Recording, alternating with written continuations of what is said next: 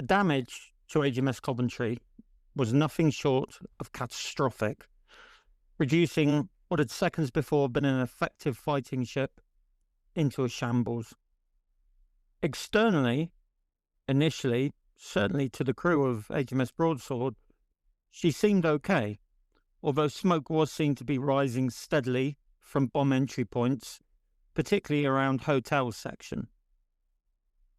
In the final few seconds of the attack, at least one of the A4s, probably both, fired bursts of cannon fire into the side of the ship. This caused damage to the forward engine room, free Quebec port mess, forward auxiliary engine room, and the hangar. Some of the impact points were just above the waterline, and these would contribute to flooding as the ship heeled over to port. And one breached the bulkhead between the forward engine room and the forward auxiliary machinery room, allowing rapid, uncontrolled flooding into the former. The first bomb entered the side on free deck in Gulf section, travelled down into fore Gulf conversion machinery room, and detonated there on the bulkhead. Fortunately, the CMR was unmanned. However, fireball and blast devastated the computer room above, with flames and smoke venting up through the hatch to the ops room above that. It seems that only one man in the computer room initially survived, but he was unable to get fully up the ladder, and despite frantic efforts by men above in the ops room, he fell back screaming into the inferno, which was quickly itself extinguished as the sea began to flood in. The ops room was wrecked. Chairs and their occupants were thrown about, some ending up in the starboard passageway. Radar displays imploded or exploded, showering operators with glass.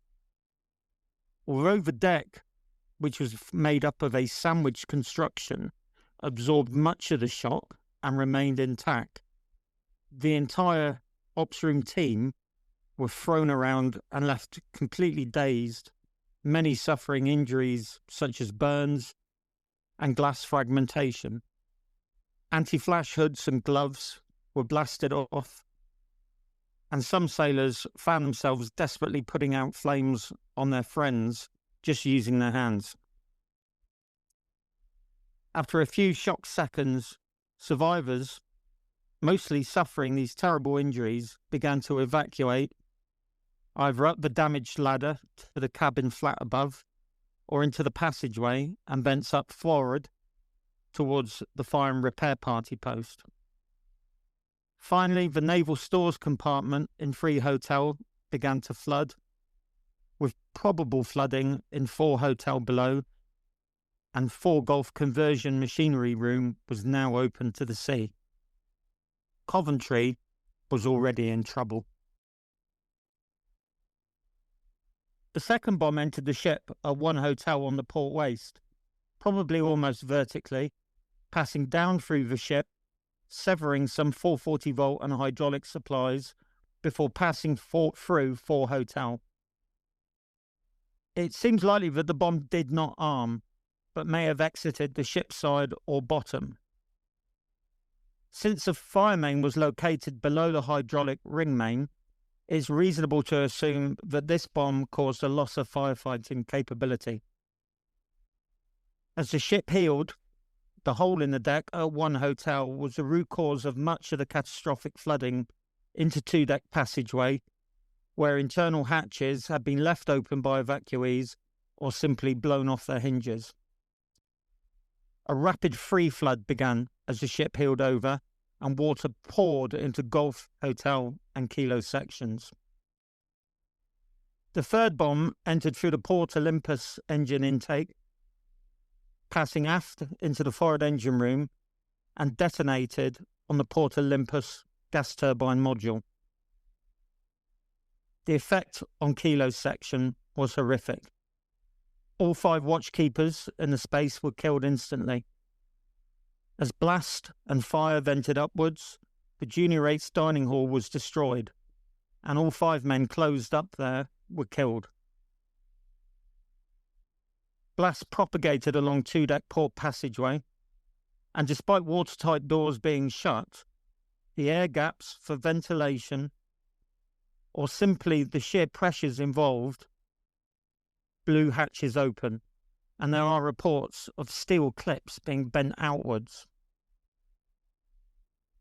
Shock shattered fittings as the ship whipped violently. The machinery control room and adjacent HQ-1, from where damage control was organised, were rendered inoperable. Finally, watchkeepers in the after engine room reported a breach in the bulkhead between it and the now rapidly flooding forward engine room. The final bomb passed over the flight deck, probably landing somewhere astern. It was clear to many that the ship was going to sink. The CO, dazed, injured, had evacuated the operations room alongside other badly injured men. The Marine Engineering Officer, Deputy Marine Engineering Officer, First Lieutenant, and all of HQ-1 damage control team were affected in some way by blast. Rapidly filling smoke, HQ-1 became untenable, and they evacuated down to the after forward and repair party post. Up forward, at the FRPP, a stream of injured men arrived from aft. With no comms to any other part of ship, a messenger was sent to try and get to HQ-1. The 2IC of the FRPP began to organise treatment of casualties, but the initial firefighting team, under-equipped and by their own admittance scared, had to be sent back repeatedly to the ops room, where finally, and this is to their credit, they found 3 survivors and guided them to safety. Overrun with injured men, with the ship's heel increasing rapidly, the forward repair party post was evacuated to the upper deck. Down aft, things were also developing at too rapid a pace. After the explosions, an initial blanket search for damage was conducted, but no firefighting team was sent forward to try and establish the situation. And the senior 8 in charge, on hearing reports from shock survivors moving from HQ-1 and the machinery control room, became primarily concerned all his team were accounted for. Upon arriving, the Marine Engineering Officer made an attempt to try and get control of the incident from aft. But after a few minutes, the ship was passing through 16 degrees of heel. He didn't have access to any documentation, but his instinct, his feel for the ship, his senses told him Coventry was already lost, and he made the decision to begin the evacuation up top. It was time to leave Coventry.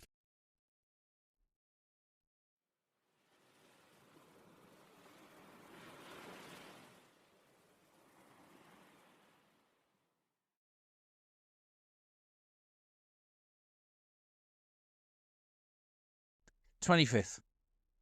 Latin, why don't you talk about Argentinian National Day, kind of what it means, what it would have meant then, and your appraisal of that?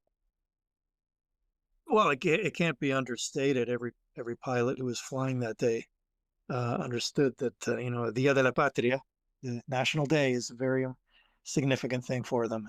In the middle of this battle for the territory that they believe so strongly that is theirs, that they such strong feelings about it.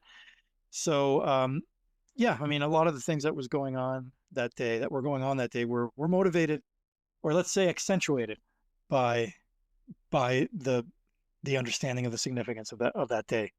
But I think we can probably start with the earlier Skyhawk raid that morning, where 2 pilots were lost.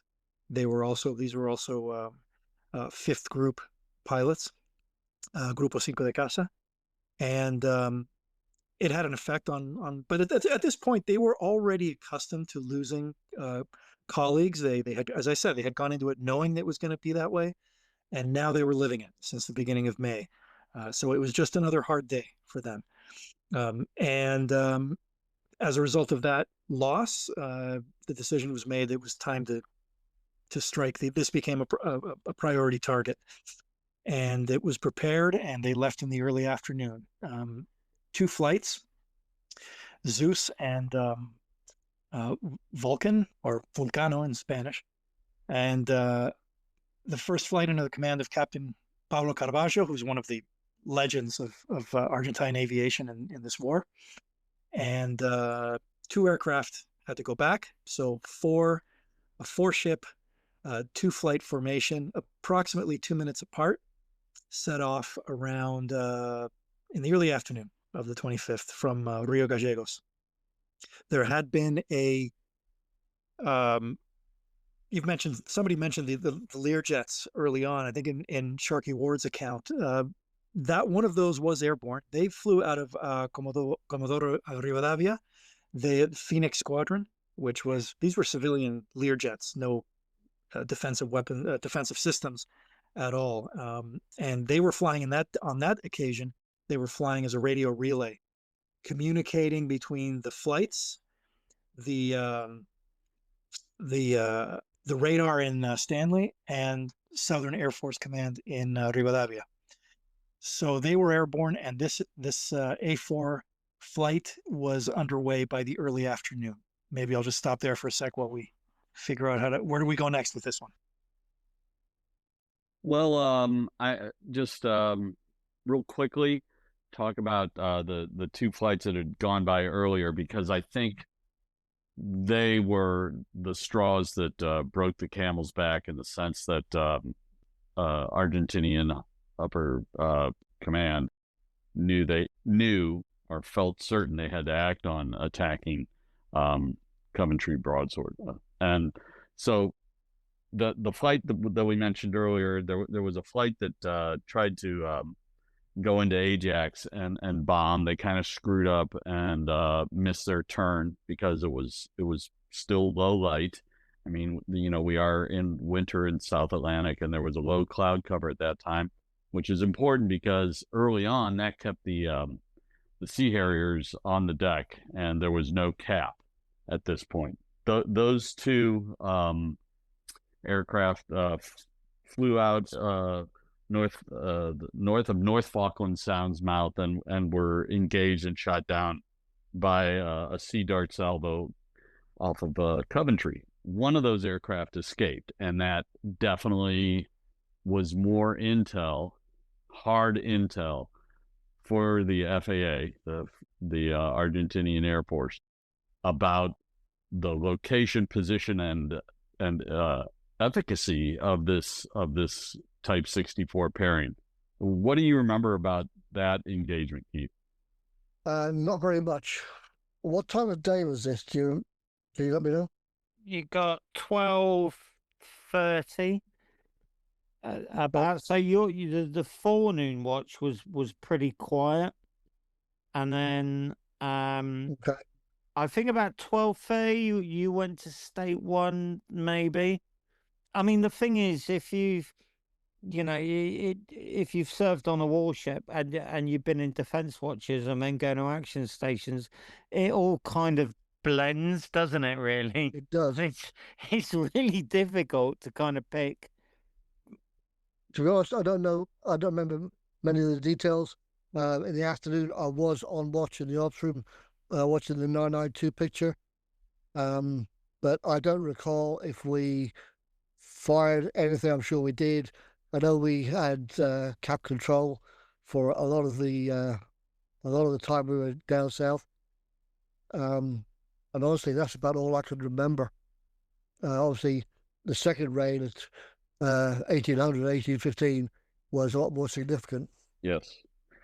Well, I mean, suffice it to say, I think the most significant thing that happened in that raid is you had a successful long-range engagement where the Coventry's 992 was tracking from 35 nautical miles away overland on East Falkland, but one aircraft got away, more intel on their actual positioning, and that's the most significant thing about that raid Right. that I can think of. The second raid, which came at 12:25 local time, 15:30 Zulu, that flight interestingly flew around the southern edge of the Falklands. So Coventry wouldn't have had a really good idea of what they were doing just because of general radar ranges, terrain, everything else. And that came back out and was shot down. Just they had a 909 acquisition actually over Falkland Sound, according to the BOI, and they engaged and shot down just off of Pebble Island. But those aircraft were post raid, so they were climbing up. Both sets that got shot earlier on, they were, in order for the A4s to make it home, they did a profile called high, low, high. So they would come in and stay high as long as they could because it's far more fuel efficient for a jet engine. They would drop very quickly down, use the terrain of the adjacent islands or whatever they were going to use for terrain masking, operate at low altitude to hide their intentions and what they're doing. And then they would come off target, and they absolutely, to make it home, they needed to climb up into the air, the thinner air where the jet engines are more efficient, the airframes have less drag, and also a lot of times they would do a post-raid. They would rendezvous with the help of the Learjets with the KC-130s, get gas and go home. And so this was an operational tempo that was developing. There were a couple of things from the 12:30 shoot that are really important. So, two Skyhawks, first of all, detected by broadsword on 967, and then by Coventry on 992. So, Keith, that was you.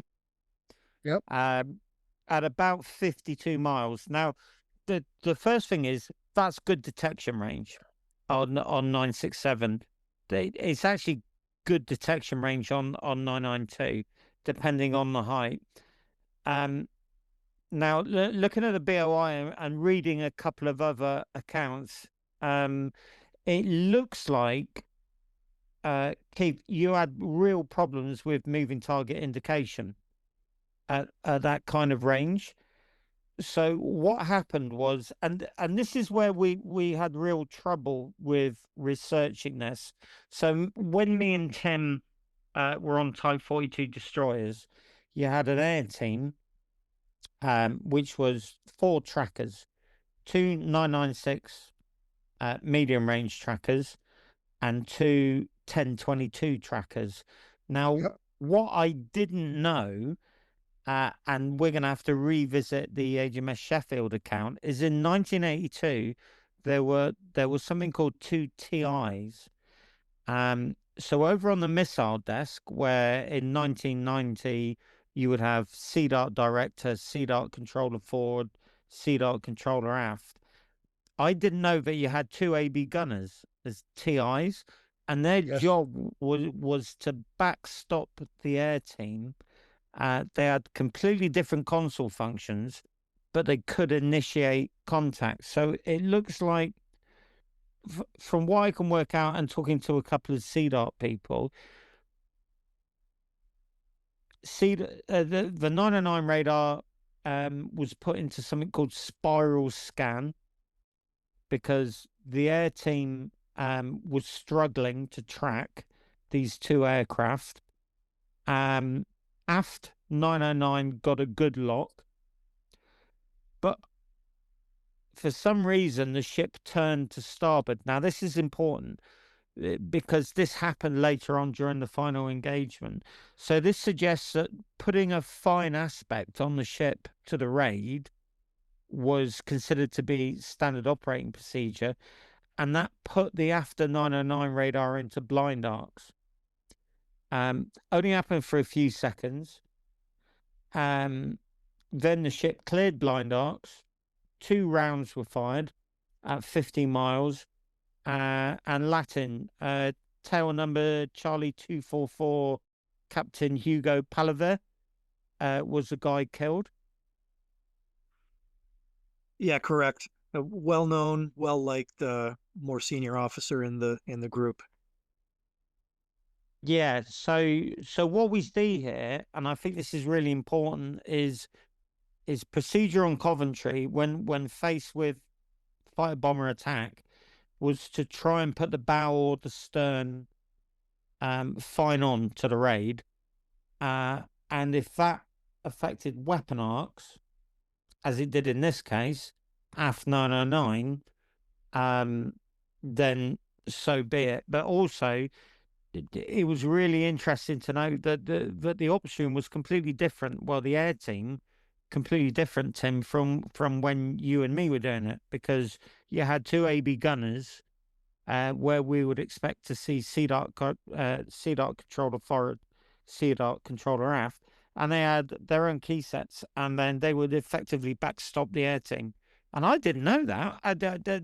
That was brand new on me. And actually, if you think about it, that makes the air team much more effective in terms of what you've got a 4-man air team, and effectively you're turning it into a 6-man air team.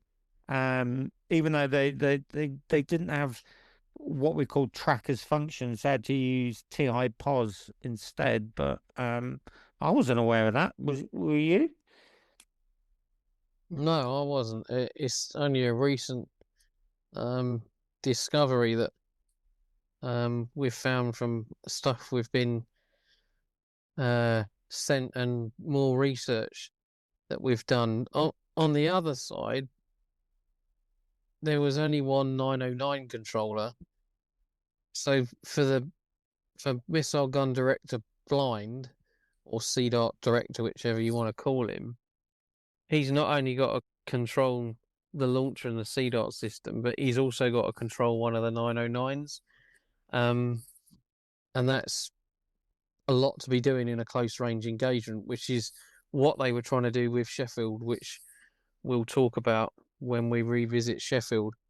So there's the plus side that you mentioned, but I think the Missile Gun Director Blind in a close range, what do they call it? A knife fight in a postage box. He's really, really got his hands full trying to control a 909 and the CDART system. Additionally, it should be noted that,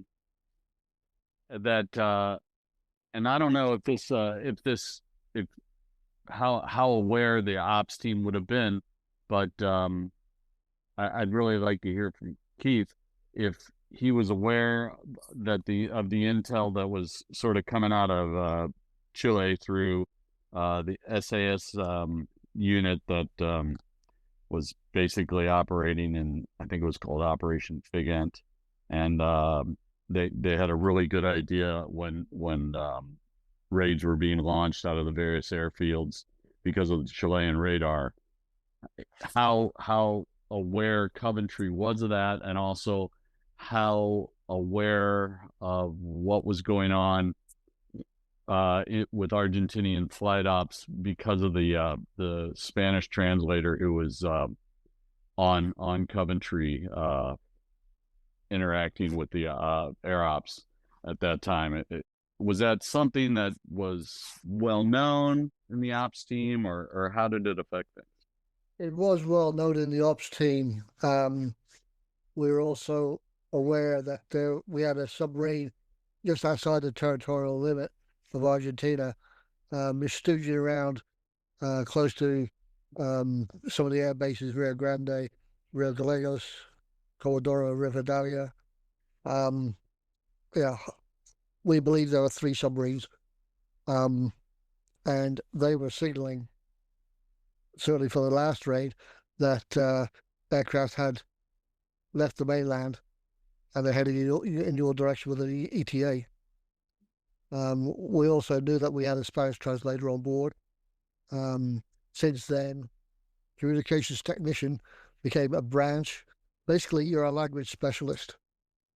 I've got a buddy, he was on board with me in for about 6 months in the early 1990s on board the Royal Yacht. He started off as a radar plotter and then transferred to CT. And he just recently retired, having been on exchange with no such agency up in Virginia.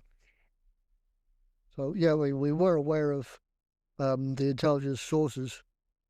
Yeah, and there's speculation that they could never confirm or deny that special forces were ashore in Argentina and Chile. But we also know that Chile helped us a lot behind the scenes in the whole operation. Did you know you had this? Obviously, you had the Spanish translator. I believe it was Lieutenant Jamie Miller, wasn't it? And the communications technicians, as they're known now. But Coventry had this, we would call it an ELINT fit, because if the war hadn't happened, she was scheduled to go up to the Barents Sea to do an intelligence gathering mission on the Russians, and that equipment was still on board, which you were able to get a lot of intelligence listening into the Argentine radios. Yeah, Jamie Miller actually went for a swim twice on the 25th. He got into the water, into the life raft. Then the life raft was punctured by a sea dart that was still on the launcher. Went for another swim. Very nice guy. One of his previous ships had been the Royal Yacht, and at one point we were in Portsmouth in dry dock on the Britannia, and he came on board and he said, "Oh, hello, Dougie. I didn't know you were on board." So I mean, I hadn't seen him in 12 years, 14 years. And he remembered me straight away. Hell of a nice guy. I can't remember where I heard it. He joined from Sheffield, hadn't he? Is that right? He was the navigator. We heard as well, but and all his kit was on the Sheffield, and so when she was lost, he went to the Pusser on Coventry and said, "I'd like to make a claim for all my lost gear," and the Pusser said, "No, you can't, because it's your responsibility. You should have brought it with you." That's such a storeman's thing to do, right? It was your responsibility to collect it. As someone who suffered from exactly that, from the storeman mentality in the army, I had to say it. Yeah. So after the Coventry was lost, that he came from the Sheffield is not true, because when Sheffield was hit, we had a problem with one of our radars. Either the 965 or one of the 909s. I can't remember which. So Sheffield and Coventry exchanged places in the screen ahead of the carriers. And on May 4th, she was up threat and we were a little bit behind the threat. Oh, sorry, away from the threat. And she got hit. When they abandoned ship, they went on to the Arrow and I think it was Yarmouth. And then they were moved out towards South Georgia, and then up towards Ascension, and then they were flown home from Ascension. We did not get any crew from Sheffield. I think he joined us in Portsmouth for the exercise, spring training. Okay, yeah. So the story apparently goes that after, unfortunately, you guys were sunk, he went to see the Pusser again and said, yeah, sort of thing. Well, you've got to let me make a claim now. And which the Pusser said, "Oh, yeah, I suppose I agree," kind of thing, you know. Yeah. Yeah. Obviously, after we all got home, we did put in claim forms. Everyone put in claim forms. It's amazing how many Rolexes and yes, really expensive cameras all of a sudden appeared on board. Yeah. When did someone claim for a lawnmower? They said they bought a lawnmower. They bought a lawnmower and it was still on board, and it cost like 50 quid or something, which was a lot of money then. And someone claimed for a lawnmower. David, can I mention something about the? I think because we're getting close to being able to describe the raid itself, and just an aspect of the raid. 4 aircraft that did end up making it to Coventry, that's important, is their loadout was something that ends up being pretty significant. And Hop, you were talking earlier about fuses. That was a big one, a big factor here. So 2 of the aircraft, Zeus flight. So that's, let me get the correct ranks here. It's Alferez, Jorge Barrio Nuevo, and Primer Teniente Mariano Velasco. And they were using, each aircraft was carrying 3 of the Spanish VRP-250 bombs with fuses that, think back to Hop's discussion on that a few moments ago, that they were hoping would have better effectiveness at low altitude. That would, in other words, that it would require less turns to arm the bomb. The 2 aircraft in front, Captain Pablo Carvalho and Primer Teniente Carlos Rinque, they were carrying the British 1,000-pounder bomb. Carvalho had actually asked for permission from the squadron commander to do that. He said that even though he understood that that weapon was having some issues, he felt much more confident in delivering it. He was very familiar with it, having delivered that bomb in training many times. So those loadouts are going to be significant to what happens when they attack Coventry. Well, great detail. Great detail.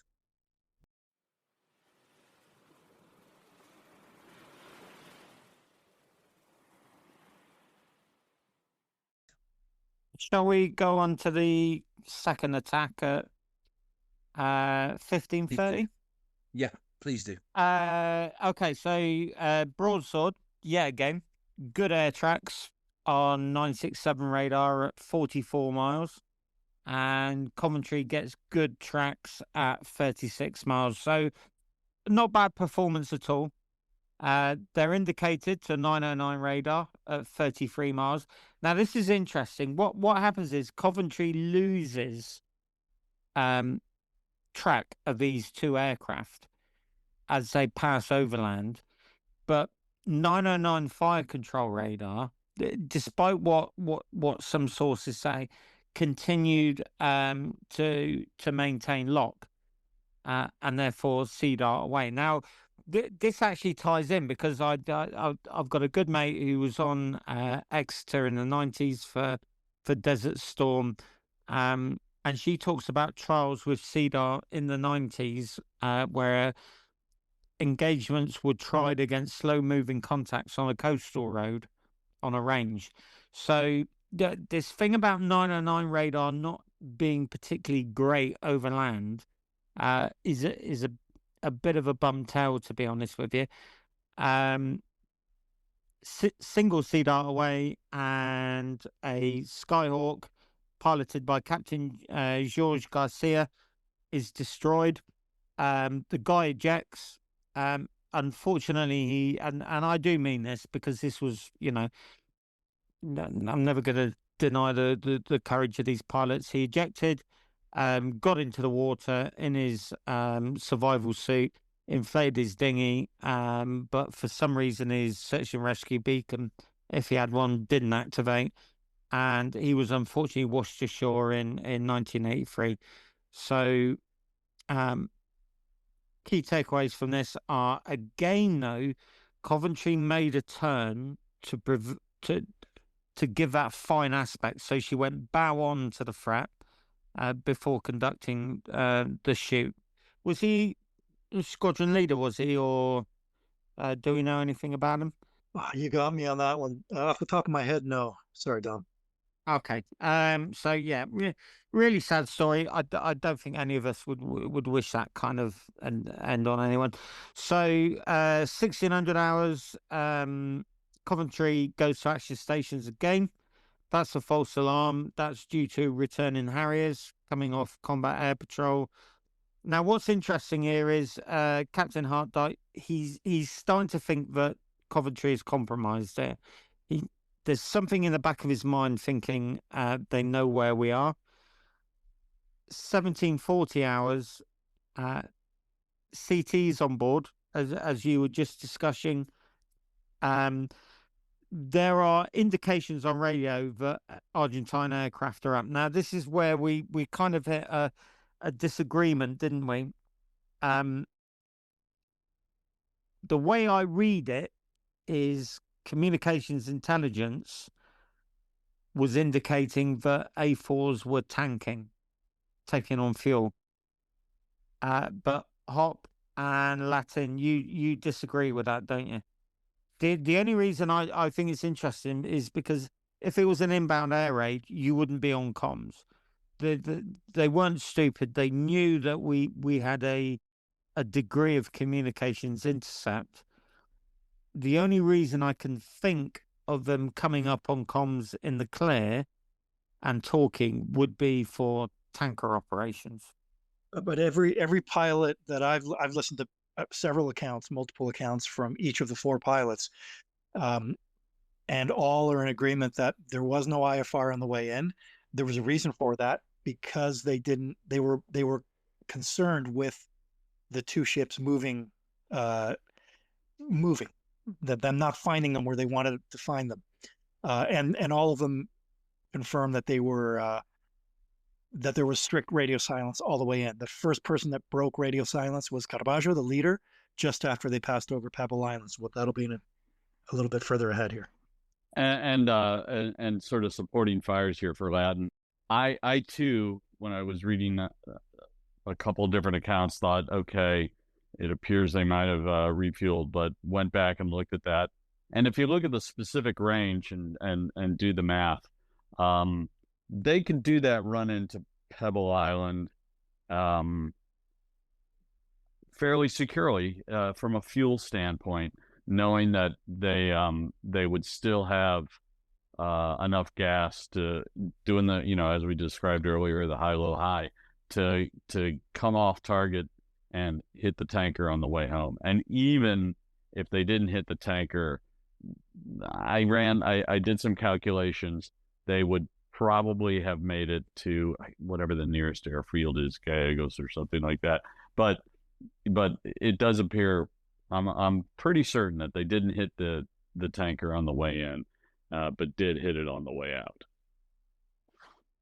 So I've got Coventry 1745, multiple contacts on 965 radar, 270 at 160 miles. And she assessed that as tanking before strike, and that was assessed based on communications intercepts as well. So yeah, I don't know that. I see no reason for them to be chatting together. And if there was a CT on board who was a Spanish speaker, I think if they were talking in the clear, the CT would have picked up on that, because it's very distinct language.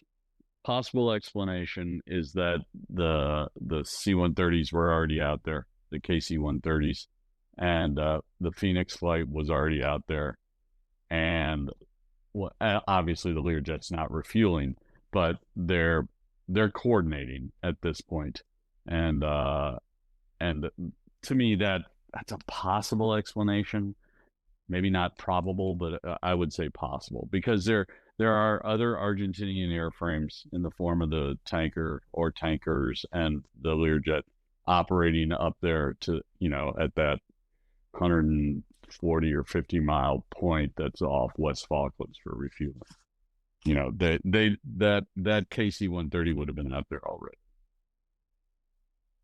Okay, so 1755, aircraft lost on radar, and that's why Coventry and Broadsword were of the opinion that they'd finished tanking and were going low, and a dead reckoning track was established on the system. So what that means is, if you've got a good radar track and you've got good solid paints on radar, and suddenly it disappears, your continuous track, so we would have HA, hostile aircraft, 1, 2, 3, 4, that would flash, and the computer would continue to plot its last known course and speed. That worked in this case, because at 1800 hours, Broadsword reacquired first pair of A4s. Keith, that's when you went to action stations about it. So again, that's a good indicator of it. Despite the raid building, and there being indications, there was some reticence on Coventry about going to action stations unnecessarily. You know, there's going to be a lot of discussion about that. Some naval commentators will say, well, if there's a raid building, you know, if there are raid indications, go to action stations straight away. I think that doesn't work all the time. I think there's a stage where you bring the ship's company to action stations. They're going to be knackered. They're going to be working 6 hours about or whatever. There's no need to get everyone out of bed immediately at every raid warning. Okay, right. 992 radar didn't acquire the first pair till they came off land. 10 miles, right? That's the key figure. 10 miles, which Dryad in models in the simulator said you could do a sea dart engagement. I think that's, you know, arguable. And ultimately that was too close for a successful sea dart engagement. At some point here, can I pick it up on the Argentine side and the accounts of, go for it, mate. Because the two are really overlapping nicely here. The 4 aircraft down to wave top altitude and approached West Falkland, and they were aiming for what they call Isla Bourbon, Pebble Island, where by the way there had been a naval detachment there of aircraft that had been based there before the SAS raid, and were now working in an observation role. Had been doing so quite a bit that day. So that was their navigation point that they were looking to, and as soon as they crossed the island is when they made visual contact with the two ships. They describe it as seeing 2 black dots in the distance. If it's okay with you guys, I want to just go ahead and read the accounts that I have from 3 of the pilots. I've kind of condensed them down so it's not too wordy. Go for it. Okay. Let's start with the first pilot, who would have been Pablo Caravaggio. My windscreen had become completely covered in salt spray. I couldn't see through it, so I had to tilt my head to the side. We came around Isla Bourbon, and there I saw them, 2 dots in the distance. I said to the flight, "Okay, chicas, estoy a la vista, viva la patria." Okay, I'll say that in English. Okay, girls, I see them, viva la patria. I don't think I need to translate that last part. They started firing at us, a wall of fire ahead of us. We passed through that wall. It was impressive. I was at deck height. So now we're much closer to the vessels, and he's at the main deck height. Rinke was below me. His windshield was clear. A large splash hit my right wing. Rinke was like a son to me, and he wasn't visible. I yelled, "Rinke, Rinke." "Okay, behind you," he replied. We pass over Broadsword and see Coventry launch its sea dart at Velasco and Barrio Nuevo, and it goes over them. I was convinced I was hit. I thought I needed to eject. Rinke came alongside to have a look. He almost hit the water. It was a miracle he didn't. He reported a minor fuel leak. We headed home without IFR. So that seems to confirm that there was no IFR. That's coming from Caravaggio. Hop, you were wondering about that. So that's the best indication I have on that. Okay, that's the last attack though. That's not. There were 2, so there were two pairs. Yeah, that was the first. That was Vulcano. Yeah. That was Caravaggio, Rinke. That would have been the first 2 that the ships would have seen. No, I think that's second. So, okay, so off the BOIs, so 1820 Skyhawks visual at 8 miles. So, as Keith said, radar detection would you know, it wasn't happening. What they had is a dead reckoning track, and it looks like Coventry got the first visual. Tried to indicate to fire control radar 909s. For gun engagement, which was initially unsuccessful. So starboard local aiming site took control of the gun, and firing commenced at 6,000 yards, which is about right. What you do is, and certainly in 1982, policy to engage fighter bomber assault and exocet was to do water wall shoot. So you would step down and you would use a mix of airburst and impact fuse and try and put up a fragmentation and water burst wall in front. So that sounds like what he's talking about. So he's under fire from the 4.5 gun, is firing VT and impact. 909 radar then gets good lock at about 4.5 miles. But the problem is the gun isn't handed back over to the to the 909 radar. It retains in local aiming site.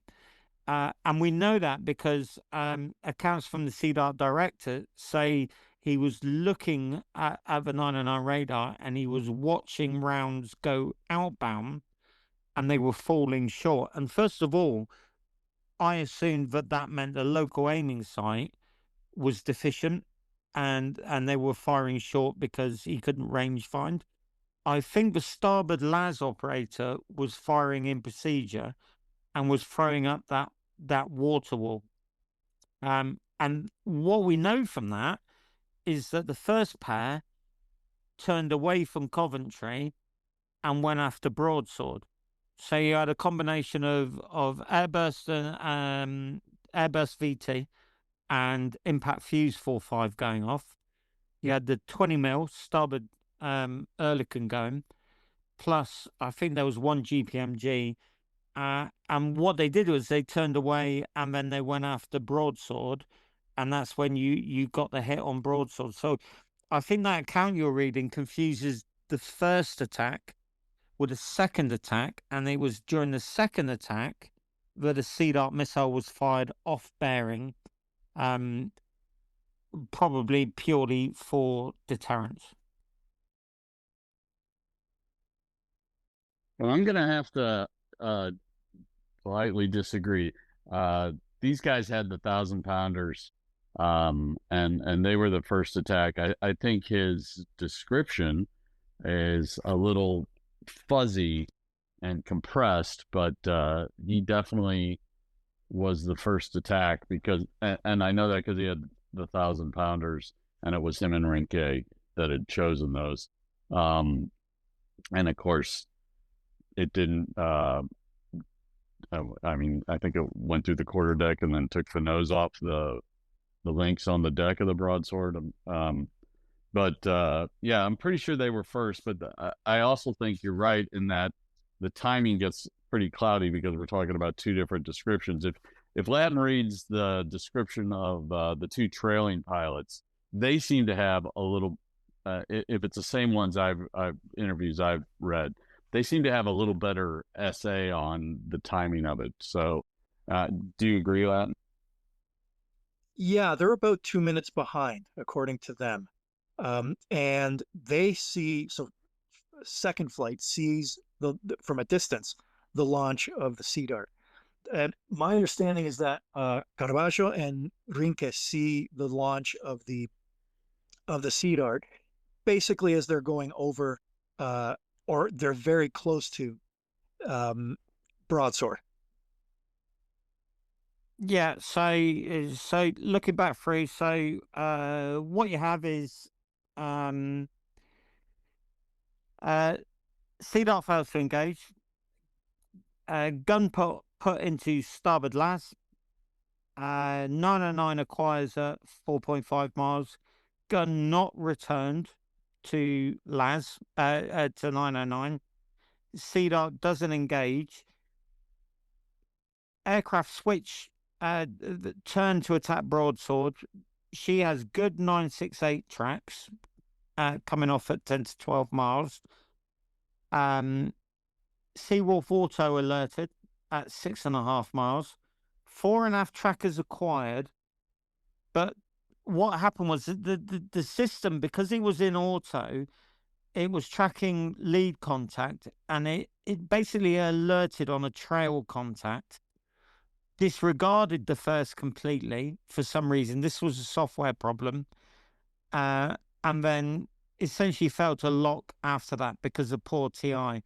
So Seawolf did not engage on broadsword. Then one bomb, starboard side ricocheted up through the flight deck, took the nose off the link, but there was definitely no sea dart engagement on that first attack. It was on the second one. The second one that got a narrative here was a deterrent shot fired by the sea dart controller. Well, missile gun director blind back then, but there was no sea dart fired on the first attack. No, Definitely correct. not.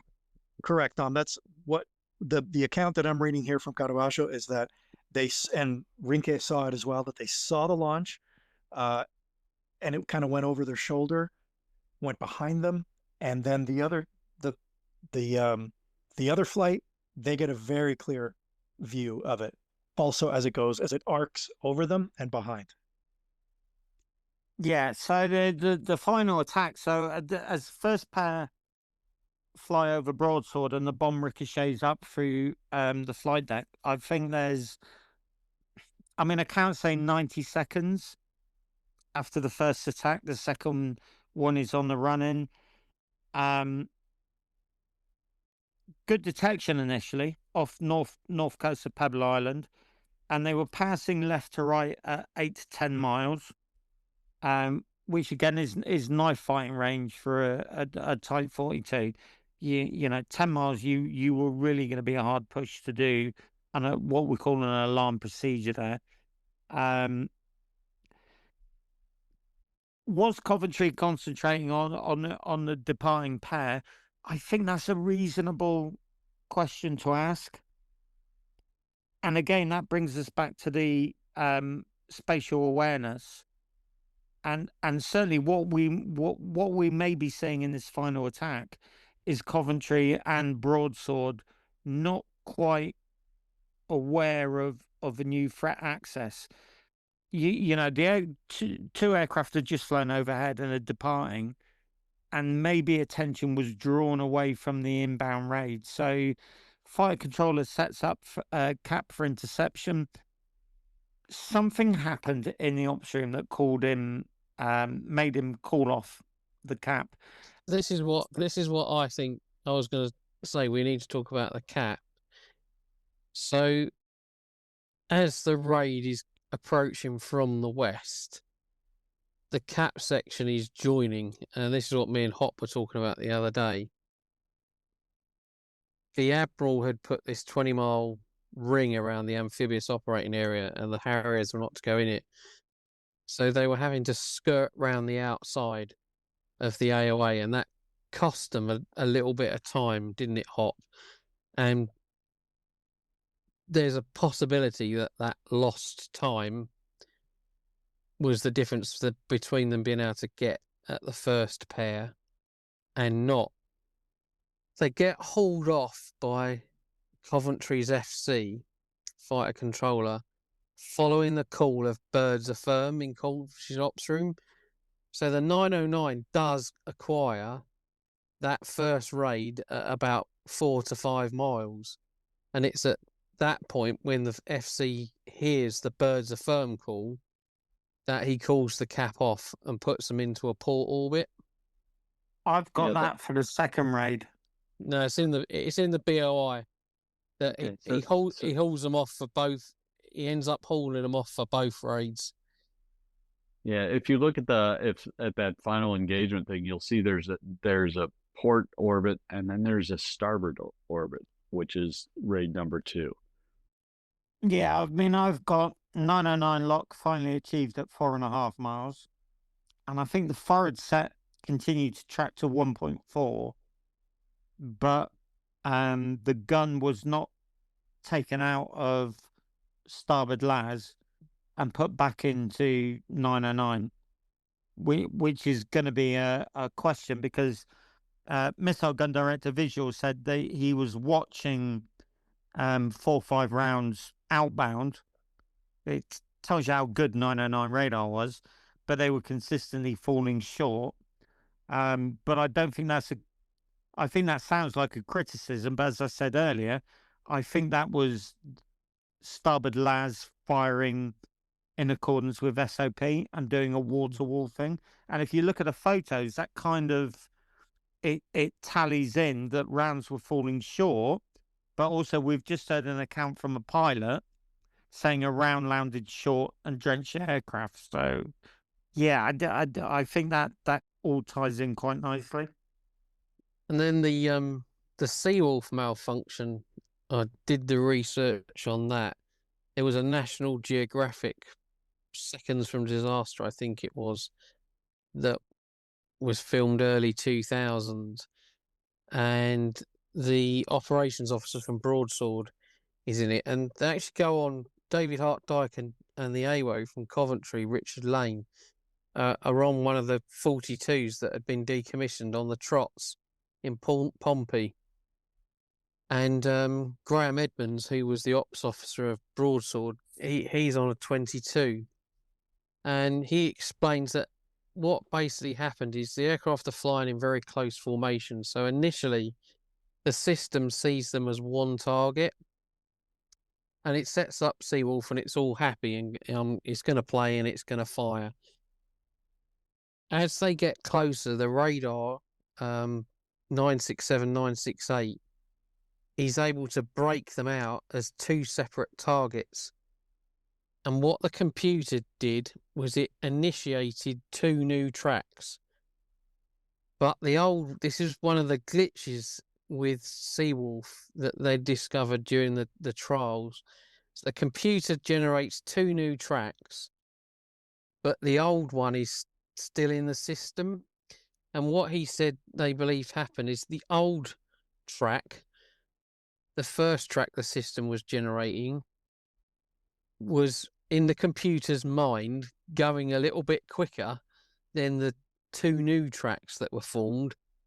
So the computer does its threat analysis and goes, I need to shoot the one that's going quickest, cues it to the 910 tracker, but the 910 tracker is then looking at a blank bit of sky, and so it says, oh, something's wrong with me, and the whole system freezes, the launchers go back to fore and aft, and the computer crashes.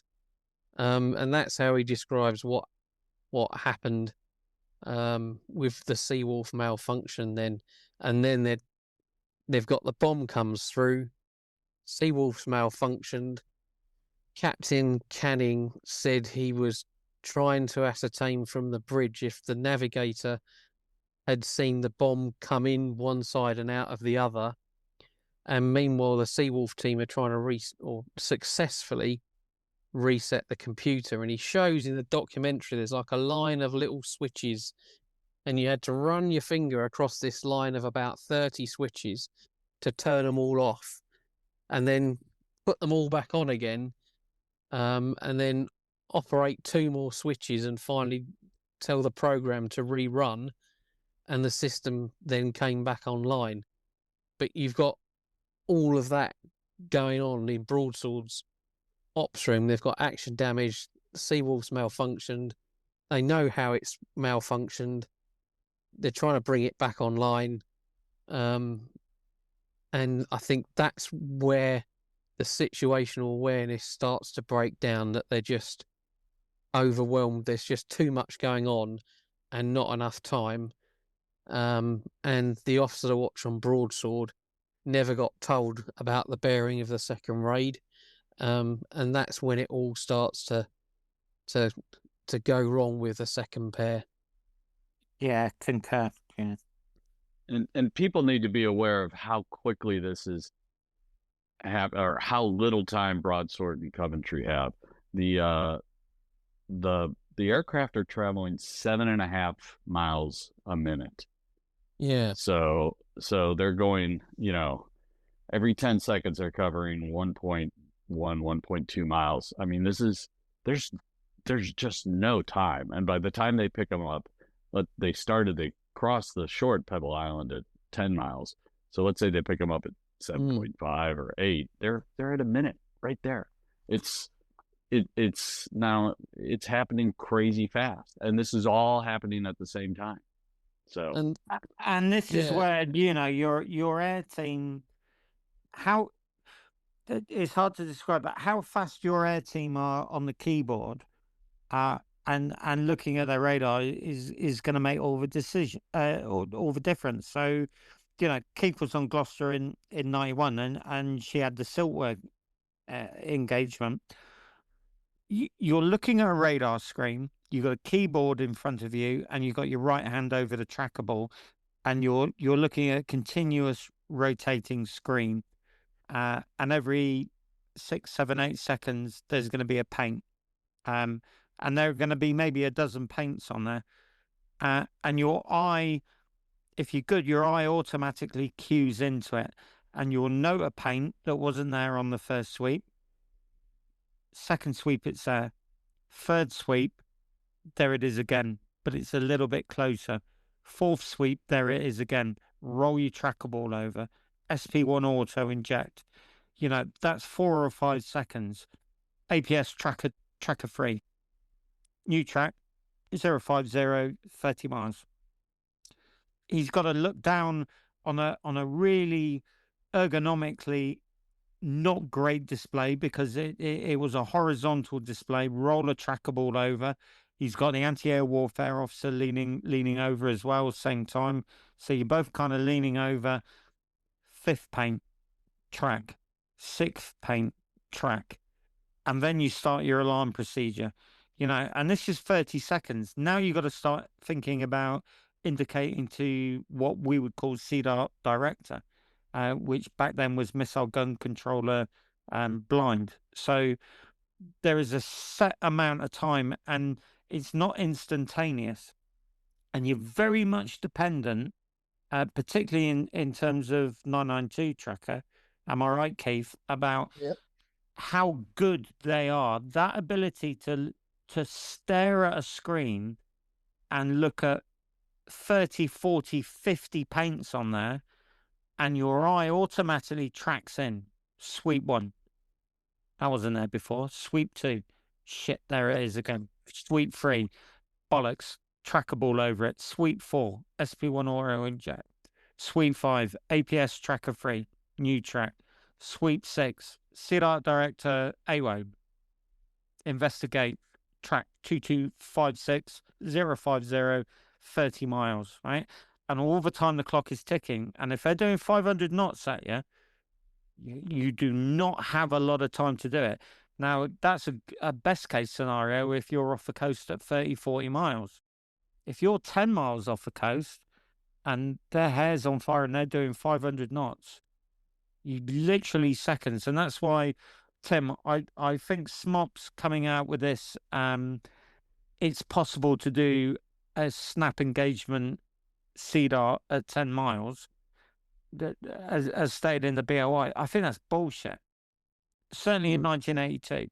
I think in 1990, doable, clearly, but I think in 1982, that was not a thing that could be done with the current operating system.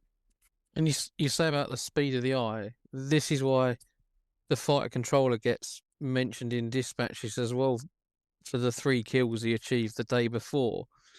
So he's got the cap coming in. He has to haul them off on the first raid when he hears birds are firm, but there's no missile off. First raid goes through. He spots the second pair coming off land and snaps the Harriers onto what we call a 90-degree intercept. So the Harriers heading is 90 degrees different from the target's heading. And the Harriers are once again closing in on, this time, the second pair of Skyhawks, when again, this is when he gets up and shouts to the captain, do you want a Harrier to come in? And just at that moment, again, there's a call of birds are firm. And that's when the captain says, no, we'll take them with birds. And the fighter controller hauls the cap off for a second time. And the response of the cap leader was, you must be fucking joking. We fucking got them. But he follows his orders and hauls off. I mean, yeah, Keith, you and I were both air trackers. What happens if you're not happy about putting a track in auto and you decide to bar it on and you get it wrong? Well, you get shouted at. And the track wangs off, doesn't it? 1,000 knots. Mm. Yeah. Yeah. And then we're back to the TI thing, because if you haven't got that HA1234 on the incoming aircraft, 909 can't do anything. It's going to follow your badly barred track. So, one of the things about senior ABs, wasn't it, on the radar, was that ability to SP1 inject and then flick the trackable between, say, two contacts and bar it on. And all you do is you just track that aircraft and hit bar. And if you're really good, if you're a skilled operator, you could track as well as if the aircraft was in auto. Bob's your uncle, 909 would lock, and then you would do a successful engagement. But a number of times we sat there in the ops room, haven't we? Or Tim, your fighter controller's assistant, busy eating a banana or whatever it is, and they do a wrong, and all it took was one wrong hit of the bar button, and off the track went, didn't it? Disappeared into 512 miles, and that would be the end of it. So I've got cap set up for interception right now. This is really interesting because the BOI says as that second pair came in, the aircraft were painting on radar, but missile gun director blind wasn't alerted quickly enough. Now, I don't know what that means. So if we take the air team, so it would have been two 992 trackers, and what we now know that there were two TI operators, two ABs. I wonder if tracks were put on, and correct me if I'm wrong here, if I initiated a track but I didn't allocate symbology, 909 couldn't begin the engagement process. I'm not sure about that, and I've been unable to confirm it, but I think either tracks were put on and not allocated, or it was auto initiation. I mean, Keith, did you use AI at all? Because we didn't use it in 91 at all. We did, but not closely to land, as far as I recall. And this being 10 miles off Pebble Island, as far as I remember, bear in mind that I was on the bridge, so I don't know for certain. I would imagine that AI was not used.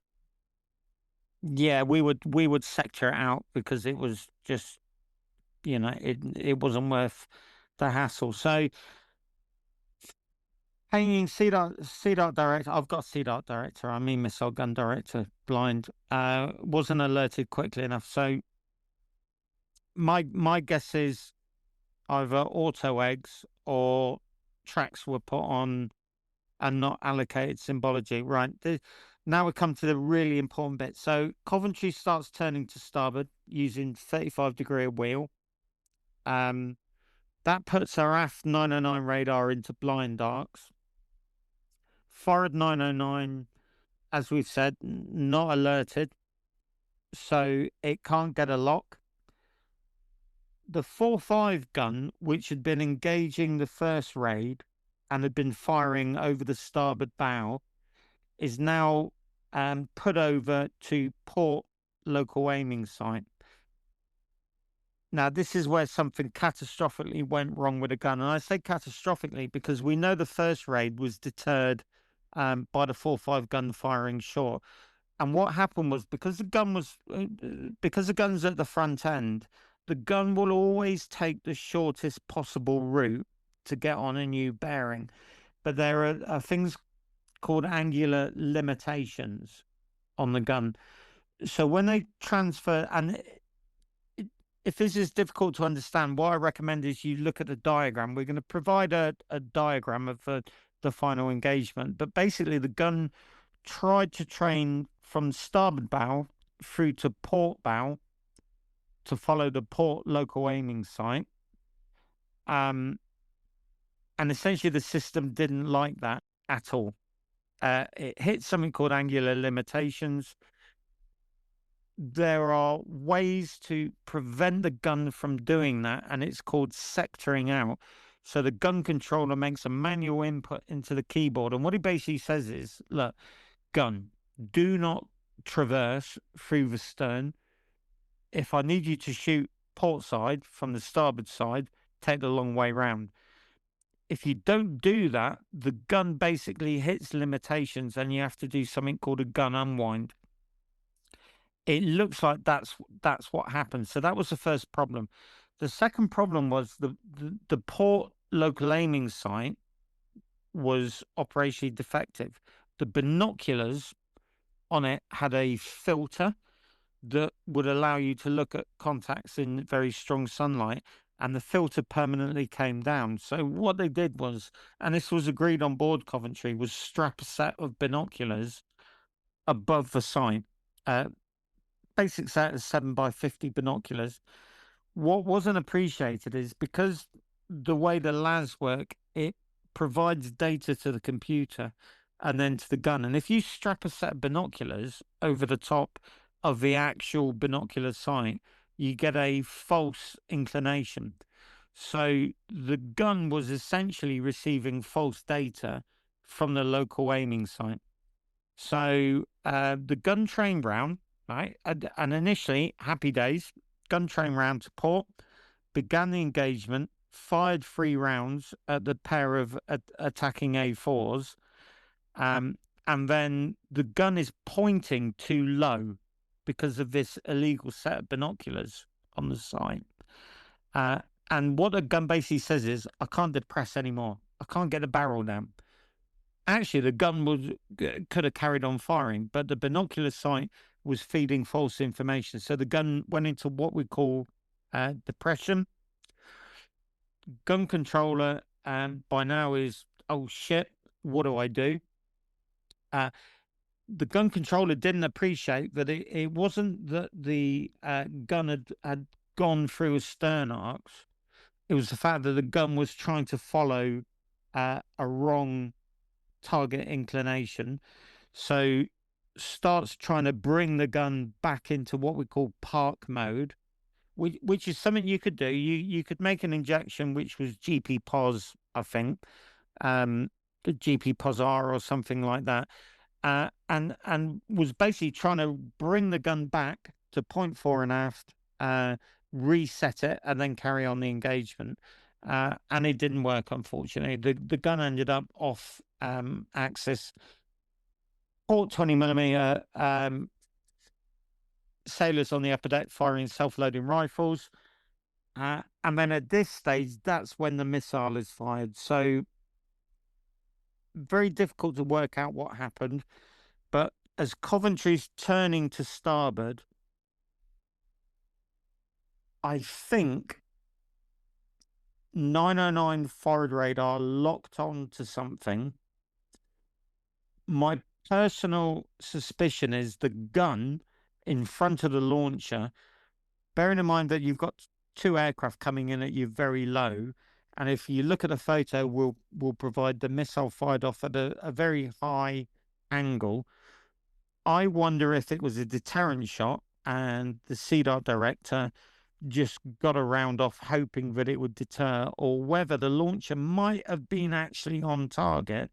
But as Coventry turned to starboard and continued to turn, the gun house, the 4.5 gun, blocked it from shooting. And then the round went off, way off angle. But Latin, I think that's the missile that you're talking about. 909 did some kind of lock-in J-band. There was a feasibility override initiated. The weapon system was given permission to fire in local CDOT quarters as the chief on watch down there, and a missile was fired. And it was just off bearing completely. It's interesting, it might have acted as some kind of deterrent, but Coventry continues to turn to starboard. Broadsword gets good lock, radar low mode on the raid. She's ready to engage. It's on CCTV, and to the horror of Broadsword, just as she's about to start the engagement at 2.2 kilometers, we see Coventry turning to starboard and wooding and essentially blocking the engagement. And I think this would be an ideal time for Keith, for you to jump in and say, you know, what you saw, mate.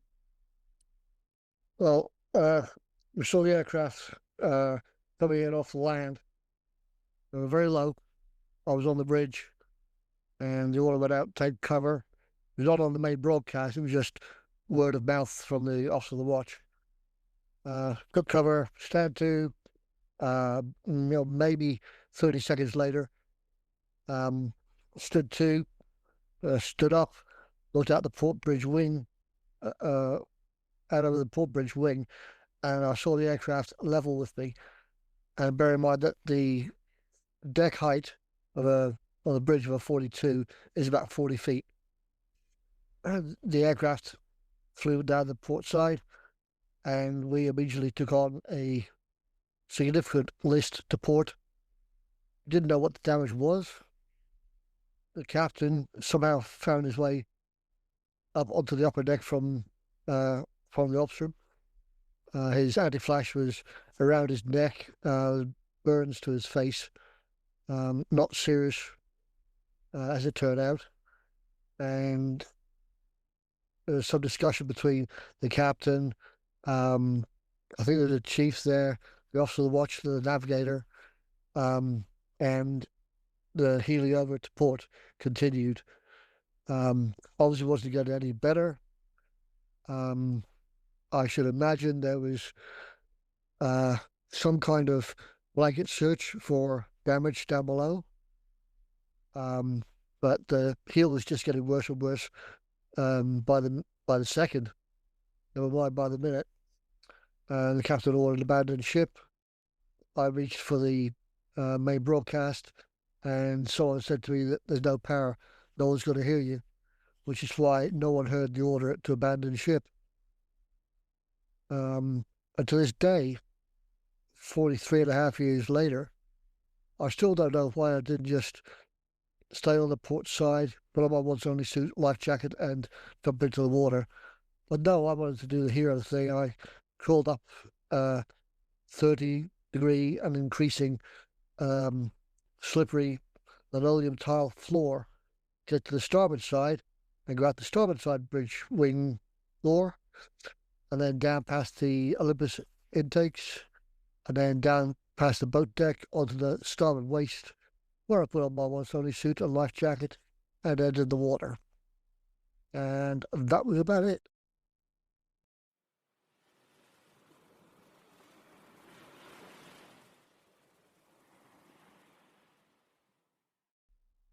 So, Latin hot, last few seconds of the attack. Have you got anything, and then we'll go into Coventry's damage. Okay, I'm going to just go ahead and read the two accounts by Velasco and Barrionuevo. And I saw a column of smoke that was coming from broadsword.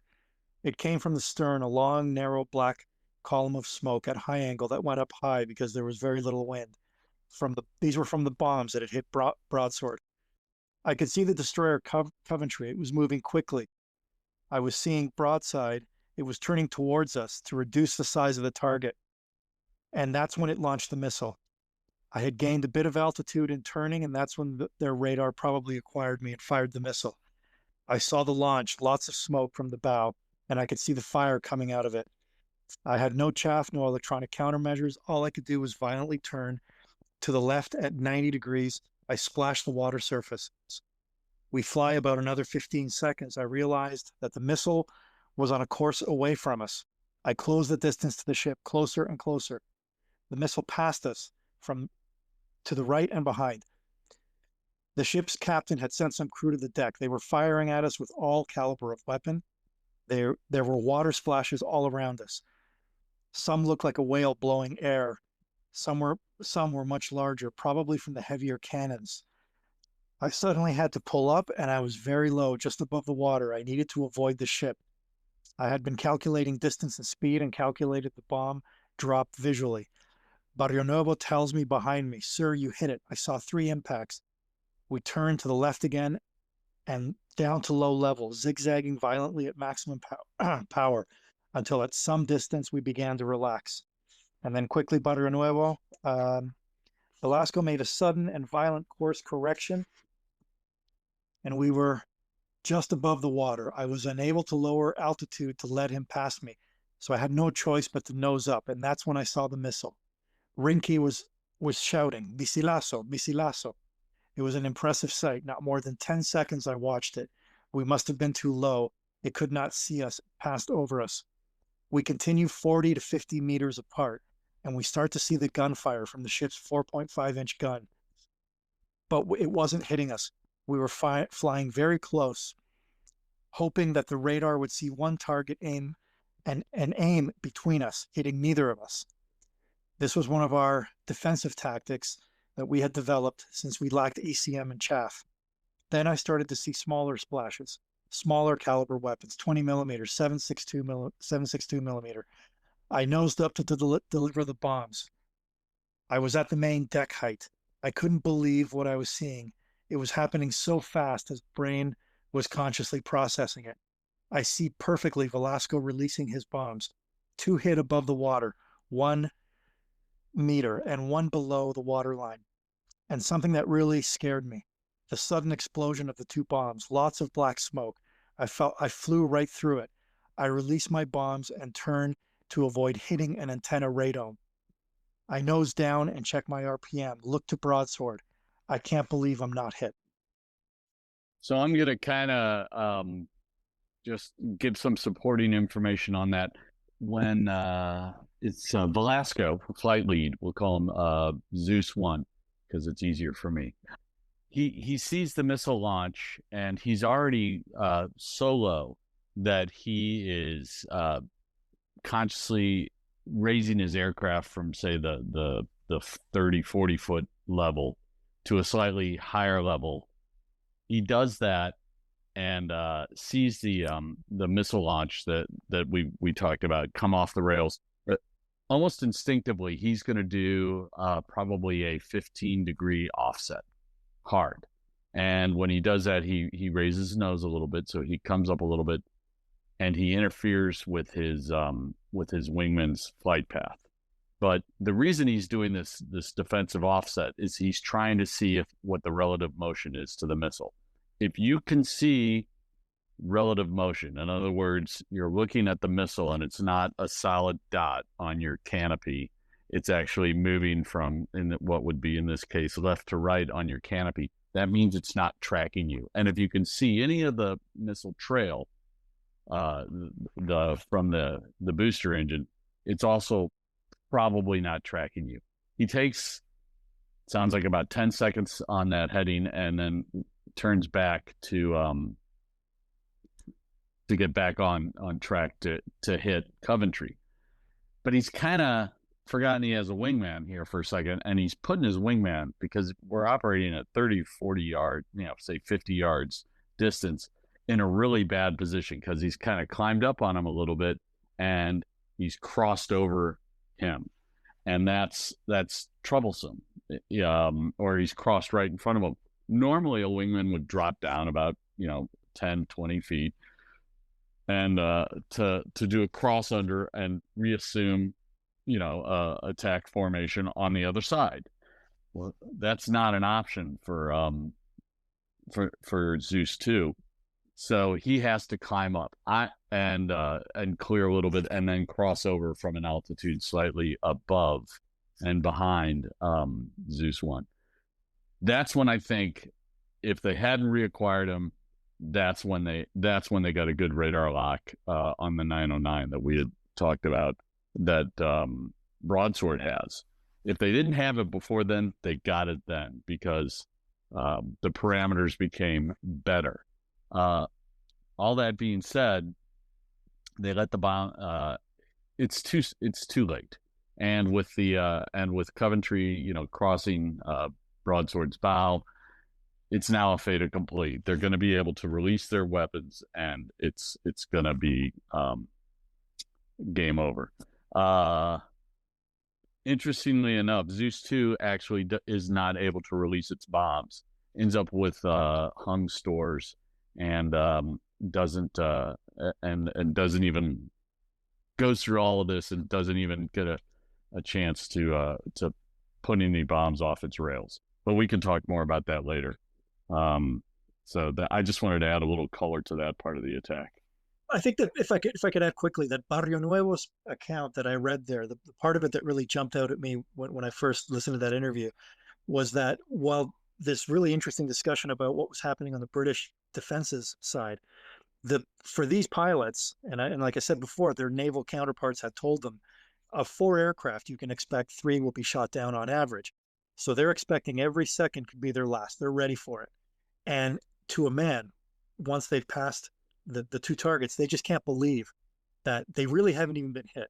And even Caravaggio, the senior pilot, it takes him quite a few minutes on their way out to come to the conclusion that he didn't have to eject. He thought he had to eject. He was convinced that he was fatally hit.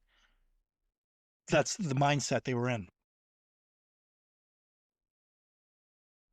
Question for you, Hop. Zeus 1 and Zeus 2, how close do you reckon they came to colliding? I mean, if he's talking about nosing under, he's flying that when he says I'm 50 yards, he's talking about 50 yards abeam. So he's probably 50 yards abeam and maybe 10 yards in trail in order to, because, you know, he's doing, his scan is going target, lead, target, lead, target, lead. And, you know, really, so, or really more, he's checking lead twice as much as he's checking the target, because he's counting on Zeus 1 to lead and set him up to the target. So he looks back over at, let's say, you know, if the timing's awful, he's looking at target, comes back to lead is moving in front of him. I mean, he's having just the biggest oh shit moment of his life. His heart would have jumped into his mouth, you know, really close, 30 feet maybe, and he would have just gotten the shit rocked out of him going through, you know, all the turbulence coming off the jet, especially because Zeus 1 has said he pulled hard, you know, so he's not only is he generating his normal wake turbulence, he's generating G enhanced wake turbulence, which is like makes it so if he's pulling, so let's say he doesn't pull really hard, maybe he pulls just 3.5, 4 G's. That takes his 20,000 pound aircraft and turns it into a 60 or 80,000 pound aircraft in terms of the wake turbulence. I mean, he could have easily have flipped the second jet over. I mean, it was probably but for luck that didn't happen.